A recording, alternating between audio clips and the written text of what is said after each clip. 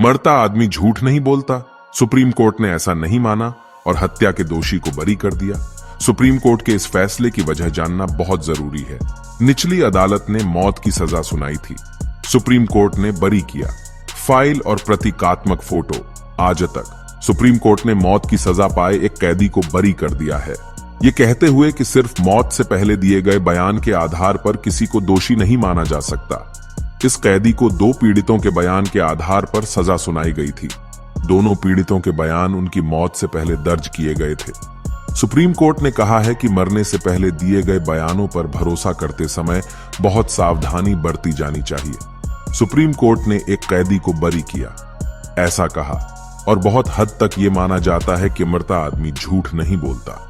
हालांकि इंसाफ की अदालत में सिर्फ इस आधार पर किसी को दोषी नहीं ठहराया जा सकता। सुप्रीम कोर्ट ने एक बार फिर ये बात कही है। इससे पहले भी सुप्रीम कोर्ट कह चुका है कि कोर्ट के लिए इस पर संतुष्ट होना जरूरी है कि मौत से पहले दिया गया बयान सच है और अपनी इच्छा से दिया गया है। केवल तभी ऐसे बयान किसी का दोष साबित करने का आधार बन सकते हैं। सुप्रीम कोर्ट की हालिया टिप्पणी मौत की सजा पाए एक कैदी की अपील पर आई है। बुधवार 23 अगस्त को 3 जजों की बेंच ने इस कैदी को बरी कर दिया। कोर्ट ने दोहराया कि इस तरह के हर मामले में मरने से पहले दिए गए बयान के साथ ही रिकॉर्ड पर उपलब्ध साक्ष्य और दूसरी बातों का उचित मूल्यांकन किया जाना चाहिए। निचली अदालत ने मौत की सजा दी थी। इरफान नाम के व्यक्ति को उसके 2 भाइयों और बेटे की हत्या का दोषी ठहराया गया था। आरोप था कि साल 2014 में इरफान ने अपने 2 भाइयों और बेटे को सोते समय आग लगा दी थी।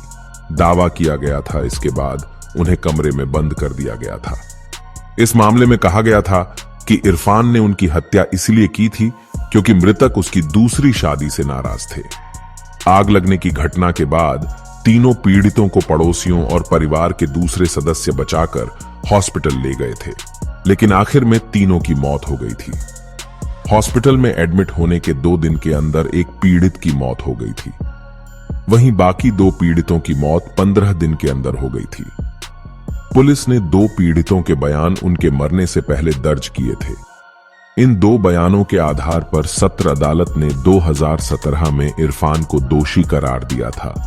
बाद में 2018 में इलाहाबाद हाई कोर्ट ने भी इस सजा को बरकरार रखा। इसके बाद मामला सुप्रीम कोर्ट पहुंचा। सुप्रीम कोर्ट ने क्या कहकर छोड़ दिया? सुप्रीम कोर्ट ने कहा कि सिर्फ मौत से पहले दिए गए बयान के आधार पर दोष सिद्धि सेफ नहीं है। सुप्रीम कोर्ट में justice BR Gavai, justice JB Pardiwala और जस्टिस प्रशांत कुमार मिश्रा की 3 जजों की बेंच ने कहा, यह ठीक है कि मरने से पहले दिया गया बयान एक ठोस साक्ष्य है। इस पर भरोसा किया जा सकता है बशर्ते यह साबित हो कि बयान स्वैच्छिक और सच्चा था और पीड़ित की मानसिक स्थिति ठीक थी। इरफान के वकील ने मौत से पहले दिए गए पीड़ितों के बयान की विश्वसनीयता, उनकी हालत और बयान दर्ज करने के तरीके पर सवाल उठाया था। कोर्ट ने कहा कि मौजूदा मामले में सिर्फ मौत से पहले दिए गए 2 बयानों के आधार पर आरोपी को दोषी ठहराना मुश्किल है। ऐसे में सुप्रीम कोर्ट ने निचली अदालत द्वारा दोषी ठहराए गए इरफान को बरी करने का फैसला सुनाया। ये भी पढ़ें। अमरमणि त्रिपाठी की रिहाई पर रोक लगाने से सुप्रीम कोर्ट ने मना किया। मधुमिता की बहन से क्या बोला? ऐसी और वीडियो देखने के लिए हमारी चैनल को सब्सक्राइब करें ताकि हम आपको सही जानकारी पहुंचा सके। मिलते हैं अगले एपिसोड में।